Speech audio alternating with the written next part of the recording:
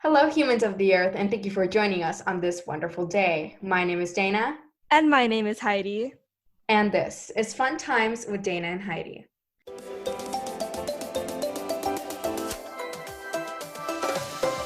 Today is a special episode featuring our Griptape mentor, Karla.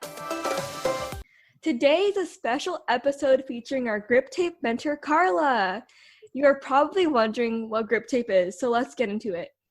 Griptape is a nonprofit organization that gives up to $500 in grant money for youth ages 15 to 19 all around the U.S. to fulfill their passions. Lucky and fortunate to have been able to get the grant and become challengers is what we're called. Because of Griptape, we were able to fund Fun Times with Dana and Heidi. This episode, we brought in our wonderful mentor and champion, Karla, to learn more about her experience on the other end as a Griptape champion. So, Karla, I'm just going to start a question. So, why did you decide to become a Griptape champion? Hi, Dana and Heidi, and thank you very much for having me as your special guest today. I'm excited to talk to your listeners and share a little bit more about what a fantastic time the three of us have had together this summer. Basically, my role as a champion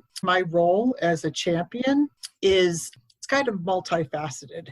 As a Griptape champion, I, along with other adults, are connected in a way with a growing community of like-minded adults that support youth as they chart their path to their own successes. Who is committed to the youth that they serve. They need to possess a deep interest and a belief and encouragement of young people. And the encouragement of young people is it's the heart of what the Griptape model is all about and what the role of a champion is. And you are that model, whatever you describe, that's who you were. You were very encouraging. It was like another side of a parent, kind of, because we talked about this with you before. And we were saying how a lot of times we tend to lose ourselves when we are caught up with deadlines with these teachers who want what they want and not what we want. But here at Griptape, you really fueled us, but you didn't take over us, if that makes any sense. Yeah, it's like a source of encouragement, but there's no requirements. It's not like an intimidating authority, if that makes sense. There's no requirements to do. The youth make all the decisions, and the person on the champion on the other half is there to support them, and throughout their journey. Griptape challenges the notion that learning must be adult engineered and guided, and instead creates opportunities for young people to invest in their own passions as inventors, designers, and producers. So, the crux of the Griptape model really need to be able to have the opportunity to explore their passions and their interests without being told what to do and when to do it and how to do it and where to put it when it's finished. That's a very, very empowering, important part of Griptape's model. Dana mentioned intimidating authorities. Me and Dana, we are as well, not just a mentor, I have been very, very fortunate to meet my friends from Texas, my young ladies from Texas. And yes, I have some friends now that are under the age of 50, which is wonderful. I enjoy you ladies so much. And I'm just going to consider you two more children that I don't have to pay for college for. Yay. Yes, we love that. So what role do champions serve in the challenge? What would you define as your role? My role is I'm responsible for launching calls and end of journey calls, beginning and end of the learning challenge. I make contact with each challenger and talk to them a little bit about what their project or what their topic is going to be all about. And then in between the 10-week timeline, I contact my challengers every couple of weeks, and we have what's called a check-in call, and that can come about in a variety of different ways. Maybe it looks like a Zoom call like we're doing today. Maybe it's a text message or a phone call. But what I do through the check-in calls is plan is coming along. How are they feeling about their learning challenge? What goals have they met? Have their goals changed? What successes are they finding? What challenges have they come up with? How have they managed their budget so far? How things are unrolling for them and what they think might be coming down the line. I also provide encouragement and support and sometimes accountability. Some of my challengers have shared with us that it's important to them that they have a deadline, so to speak, even though that's not a formal part of our check-in calls, but just knowing that someone that's invested in them and in their passion and their project checks in and helps with the accountability. Yeah, definitely. I think that's also another side of Griptape that, especially for people who, thoroughly plan things out and basically structure their life around deadlines. I think that's also another like an added bonus, I guess, of having a champion, because that someone is that cares about your project and your passion, that they're depending on you. There we go. So what are some of the favorite challenges that you have helped support as a champion? So can you tell us about your past experiences and, some challenges that really stood out to you? That's an excellent question. And it's, some challenges that really stood out to you? That's an excellent question. And it's a hard one to answer definitively. I've had many challengers across the United States in all ages and all different areas of interest. Most recently, I'll speak on a couple of the challengers that I had last cycle when COVID-19 first came out, and along with everyone else, their worlds were completely turned upside down. Mm-hmm. There was a young man in Louisville, Kentucky, who was very interested in starting a business, t-shirts, and wanted to make t-shirts and do embroidery. He wanted to be able to launch his business embroidery. He wanted to be able to launch his business using his own designed logo and make products that he had designed and made, t-shirts, shorts, backpacks, things like that. And he was a very dynamic young man and really extended his Griptape challenge. So that was someone that stood out in my mind. She had started figure skating as a young girl, and for whatever reason had stopped, and she was interested in starting back up with figure skating. So her challenge was to buy, with her funds, she bought a nice pair of figure skates. Her hopes were to hire a coach for 1 or 2 lessons and have some small routine. Because COVID came about, she got very, very creative, did not have the face-to-face coaching, but watched videos online, talked with coaches, interviewed people, and she actually put together a choreographed routine that was beautiful, set to music that meant something to her personally, and she performed it on an empty tennis court while her mother was doing the video recording because she wasn't able to get onto the ice. I thought that was kind of cool. That's fancy and innovative in a way. Yes, very innovative. I've had a couple of challengers that have been very interested in pursuing music. I produced digital music, which I thought was very, very interesting. A couple of my challengers have wanted to purchase acoustic guitars and learn how to play guitars. And I think I'll say my favorite to date has been meeting 2 young, amazing women in South Texas. Were very, very interested in launching their own podcast. So to date, I would say that those are probably my top 5 favorites. Wow, thank you. We love. Thank you for that shout out. We love a supportive queen. Yes, yes, yes. You're mentioning like all these different projects, and it's not geared towards a specific subject. It's like all across the board. There really is no limit here, right? To Griptape, there's no limit. I bet the only limit is yourself. Yeah, all of the projects are based on every individual student's passions and what they want to do with what they want to put out into the world. And so I think that's a really powerful thing because they're fueling their own learning and they're setting their own goals for themselves. And I think that's something really powerful. We believe that at Griptape also. We believe that student-directed learning is more powerful for the youth that are doing it. And it is also one of Griptape's goals, not only participate in the challenges to have an opportunity that they may not have had without funding and resources and support, but we really hope that they find within themselves some knowledge and skills that they can carry on into other aspects of their lives once the challenge itself is over. And we're finding that to be true in a lot of young people that have the ability. I agree with you because you mentioned learning and all this stuff. Me and Dana, we definitely learned a lot. Some of the things I learned, for example, is how to edit a podcast. I'm not very tech savvy. I barely learned how to use emails this year because I've been just messaging it, and I'm way too old to not knowing how to email. I'm way too old to not knowing how to email people. So I was learning how to edit with these softwares. I learned how to social media market, learned how to graphic design somewhat using a free app, Canva, and Dana helped me out with that too. So what did you learn as a Griptape champion?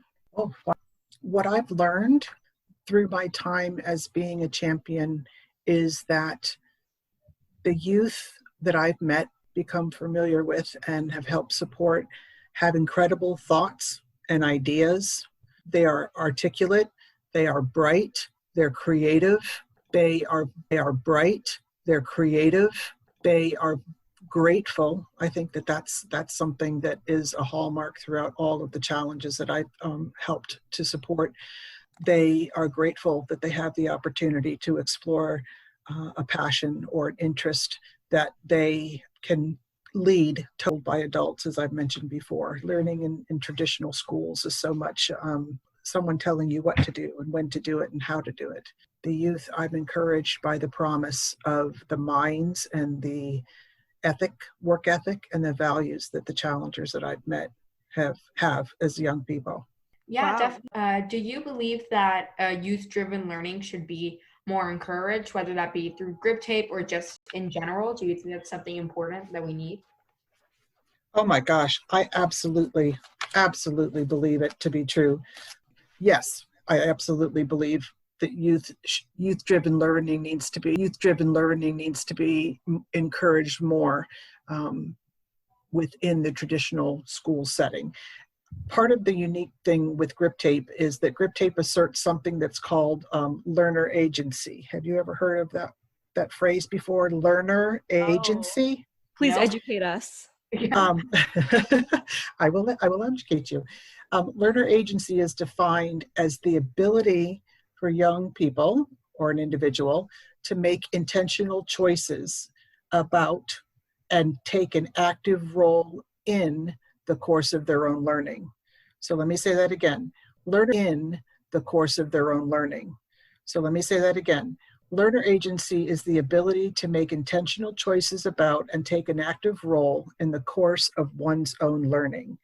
Now, if you could transfer that into your learning experiences right now, does that learner agency definitely kind of make you think, you are in charge of and in control of your own learning? And then how much more authentic and true and meaningful would it be to you if you had the ability and the opportunity to drive your own learning?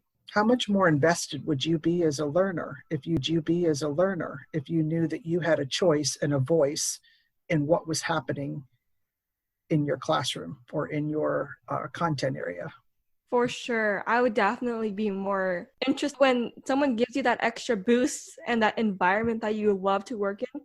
You really go above and beyond. And students' opinions are rarely taken into account within the entire administrative body. Well, with Griptape, you really took in our voice and you really applied it to the environment and culture of Griptape. I don't know if Dana can add on to that. Yeah, I definitely agree. I also would be a lot more invested. Yeah, I definitely agree. I also would be a lot more invested in school if there was more youth-driven learning involved.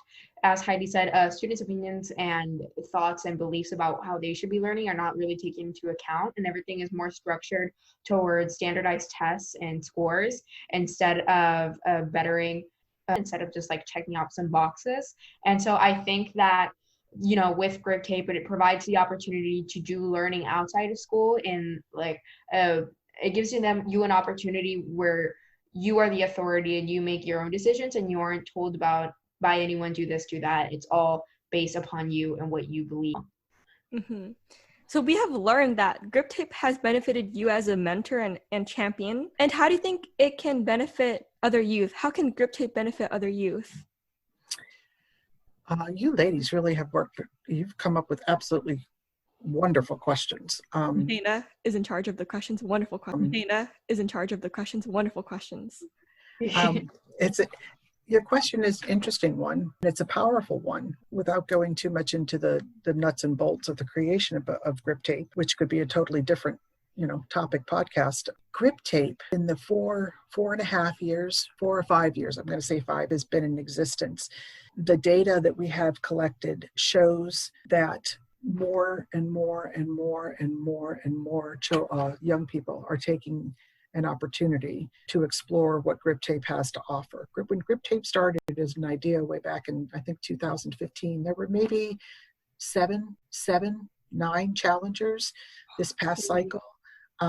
Over 500 people applied to become a Griptape challenger, 150 plus, if my data's recollection is correct.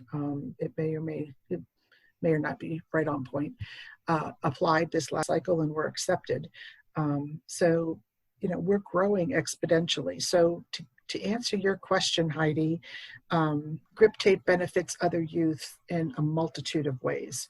It provides them with the opportunity to have full decision-making authority in their challenges. It gives them a grant of up to $500 to spend any way they choose, as long as it's related to the challenge that they're taking. It also provides a champion to offer encouragement and belief in them along the way.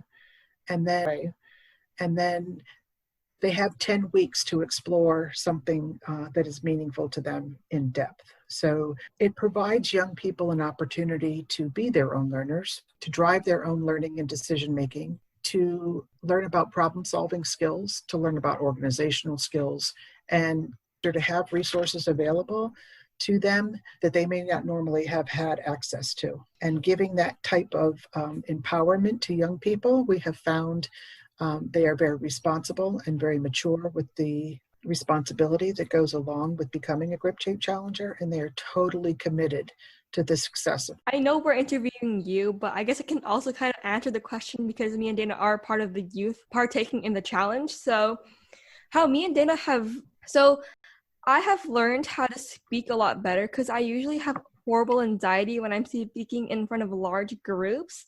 But this podcast had created a really safe environment for me to speak and truly be myself, because usually I'm scared to be myself because being yourself is scary. So it was really nice to be able to talk in public with a friend and to truly be yourself. I totally agree with you. I think one major thing, so simple, it's like it made a really big, I guess, difference in my life, is learning how to kind of make small talk and make how to keep an audience engaged, and also just how to keep a conversation going. And just really, really key things. And also public speaking, as Heidi mentioned, it kind of like reinforced all of those skills. And also just everything there is to know about podcasting in general, the equipment you need, how to edit sound, and just so many different things. We were exposed to like this entire new world, and through Griptape we were able to get the resources that we need to make our idea a reality. And so I think that's a really powerful thing. And so on that note, you've been a champion for many challengers through Griptape. So on that note, do you believe that today's youth have the power to change the world? My honest, absolute answer is absolutely, positively, yes. And I think one of the personal rewards that I have with being a champion, if I can speak to that for a minute, is as a person that devoted 30 plus years in public education as a teacher and a school administrator and a mother and being a mom as well. He's a seasoned expert. Very well, yes, I am a seasoned expert. And I think what I get out of being a champion personally is that I am connected with genuine, authentic, talented, unique young people who give me hope and inspire me to want to keep providing and supporting them however I can, but I absolutely believe that our youth in this world, in this time, in these United States, are the future. And I also believe that we need to start allowing young people to take control of their future right now, instead of making them wait for it for, quote, when they grow up. We need to be paying attention to what young people have to say, because what they say take into account our opinions as well, because it's not easy to find someone or an organization that takes you into account as much as Griptape does. The thing about it, me and Dana, we had so much fun doing this. It didn't feel like a project. I'm alluding to school a lot because school is taking over my life. But school is taking over my life. But I usually don't have that much fun with school projects. My goal in school projects is to complete the project. Here, it's to have fun. It's not to complete the project. Yeah. And I would challenge you to answer this question truthfully. You have it in 3 months, and it's a topic about, let's say, the impact of global warming. So you do your work, you make your presentation, you get your grade, and you move on. Then you have your Griptape experience of developing your podcasts and all of the elements that went into your podcast development. Which two projects went into your podcast development? Which of those two projects are you going to remember 30, 40, or 50 years into your future? So I think that that's a really good question, first of all, but I think that I will definitely remember this podcast just because with Griptape, school projects are just like a one-time thing, like one and done, it's over. You know what I mean? But with Griptape, you are able to fuel your own passions and start your own projects, and you can even continue if you're really, really passionate about them. You can continue them into the future. And so that's what me and Heidi want to do with our podcast. Going into the future and going back to school and all of that, we still want to continue our podcast journey. Even though our Griptape challenge is over, we still want to continue our project into the future and have it be a long-term thing, at least until the end of high school. And so this is something that we were inspired by Griptape to not only just cut off our project, but also continue it into the future and really just keep on having the power in our hands, I guess you could say, and just continuing this project, because like Heidi said, it doesn't really feel like work. It just feels like a fun thing that we do. And so it's kind of like a way to de-stress almost. And so it's not something that we get like frustrated over and we're like, ugh, I have to film another episode or something. Like, it's not a big deal. Like, it's actually really fun for us to do. And so we get from our audience. And so I think that we definitely want to continue this into the future. And yeah, we're really glad that what the impact that we've made, and we want to continue to grow in the future. I was going to say, going back to our end of journey call that we had just a week or so ago, if I were to ask you, ladies, it's hard to say one thing, but what would you say was one of the greatest highlights of this learning opportunity, of this learning journey challenge? What would that be? Oh yeah, I said this is definitely, this experience will be unforgettable because I personally have never done anything very public. I've always kept things small. Like, I don't think I've never had anything on Spotify, on Apple Podcasts. And so what made it really memorable was that we were able to meet so many new people and wonderful people at all. I don't think we even met a bad apple at all. And we were able to collaborate with Ariana Jonay, and it was about self-love, and that was amazing because we were able to her, and to even meet her was a greater plus. So yes, it was also cool meeting people from around the United States because she was from LA, but she was born in raised in Texas. And then we met another girl named Anna Ho, she has the same last name as me, which is kind of funny. She has the same last name as me, which is kind of funny. But she was from Michigan. She's really nice, and I was able to catch up with her through dance. I thought that was really cool. Yeah, And definitely. I think to add on to what Heidi said just really quickly, I think the biggest highlight was getting to know so many people from not only our community, but from all over the United States that wanted to be featured on our podcast. And we got to just meet so many other podcasts that are making an impact. And we also got to meet Ariana Janae, and she's like a really great actress and influencer. And we were very happy to have her. So the biggest standout thing that we accomplished. And I remember, Heidi, when you were saying that you were reaching out to people that might be interested in being, you were explicitly asking people if they were interested in being on the podcast and being guest speakers, and a lot of people told you no, right? Yeah, If a I lot of remember it people said correctly.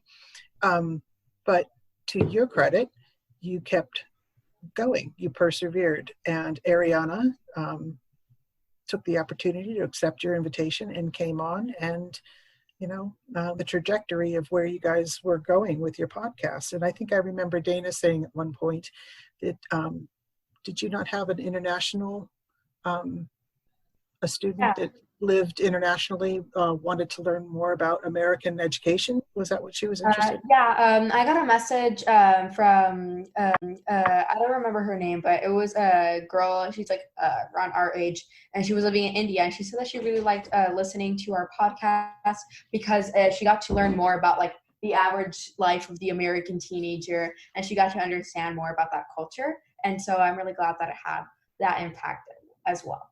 That we were talking about that are empowering and meaningful and long-lasting and life-changing. They're the opportunities that you don't necessarily get when you Google an article for a climate change presentation that you have 6 minutes to present next Tuesday with 4 other people. There's 2 things that challengers have asked me before, and even people that aren't familiar with Griptape. Number 1 is, what is Griptape and how did it get its name? Like, that was kind of like, why do you call it Griptape? And that's kind of cool. And the second question, that I get from people that are involved is they find out that the youth leadership board is made of, composed of former challengers, previous challengers, and the decision-making power with the whole organization rests on the shoulders with guidance from, adults. But again, the youth leadership board is the one that's making the decisions and running the programs and talking about the expansions and the refinements and doing things like that. So it's not just an opportunity for youth to explore their passions that we've talked about. It's youth through the youth leadership. How the tables turned. It's managed through the youth leadership board, and they have a declaration. The youth leadership board has a declaration that says, and this I think is really powerful, we exist at the edge possible.